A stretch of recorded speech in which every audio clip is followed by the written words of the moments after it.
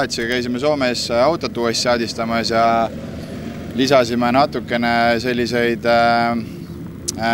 elemente, mis siis ühesõnaga hoiavad selle auto pöördevõime kõrgemal ja autoga on kõvasti lihtsam jälitussõite teha.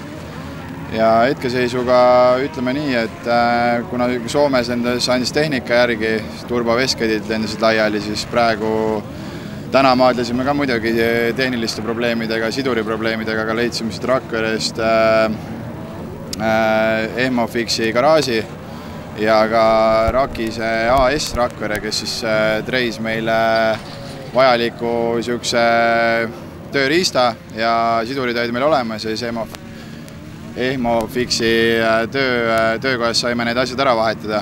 Et päeva algus nii lubav ei tunnud kui praegu. Ja nagu ikka, iga uue autoga tuleb testida, et alati hooaja alguses ei lähe, aga hooaja lõpus siis hakkab minema ja auto saab ka enda käe järgi tantsima.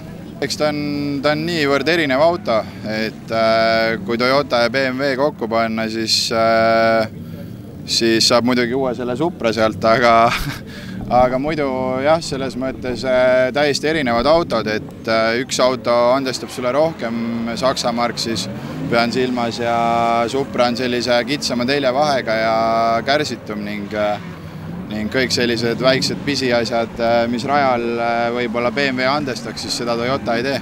Aga sellegi poolest on uus eesmärk seatud ja võitleme selle nimel edasi ja hetkeseisuga peaks ütlema, et Supra on väga-väga palju emotsioone pakkuv auto ja midagi uut on alati hea elus, et siis ei teki mugavustsooni.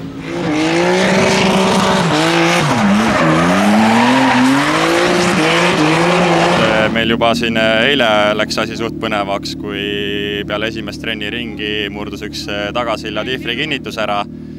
Meil oli siis 3 tundi aega, et see ära vahetada enne kvalifikatsioone ja panime Tallinna poolt uue teele, vahetasime siin tagasilla ära, saime auto kokku kvalifikatsioonide alguseks ja saime ühe prooviringi ja tegime kvalifikatsioonid õnnestuse 3. kohta saada.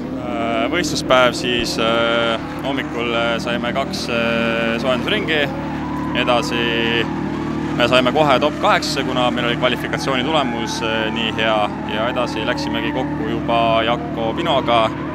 Kahjuks tal vist oli käigukasti või siduriga mingi mure ning ta nagu meie sõitu ei sõitnudki lõpuni.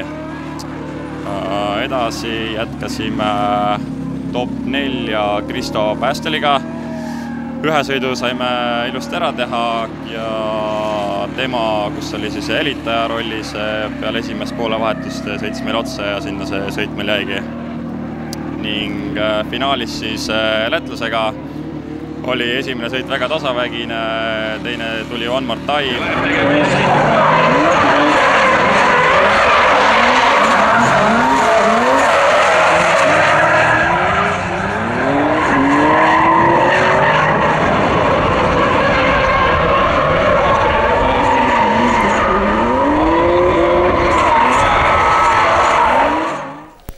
Peale kulbilohu võistlust sai lihtsalt auto üle kontrollitud ja silla osa üle vaadatud, et kõik oleks okei ja sai samamoodi kindla tundega siia kehalasse tuldud, et vaadata, kuidas see viimane sõit edeneb, aga et selles sõidus oli ikka kõige esimesed tandemsõidud nii-öelda võistlustel, et pole enne tandemit sõitnud, aga ikkagi eilsetes trennides oli tunne hea ja kvalides ka, et esimeses kvaliringis oli selline tehniline probleem, et gaasipedaali tuli lahti ja ma ei saanud nagu täie võimsusega sõita, aga siis teise ringiga parandasin nii palju, et sain ikka 3. punktid ja minna tandemsõitudesse nagu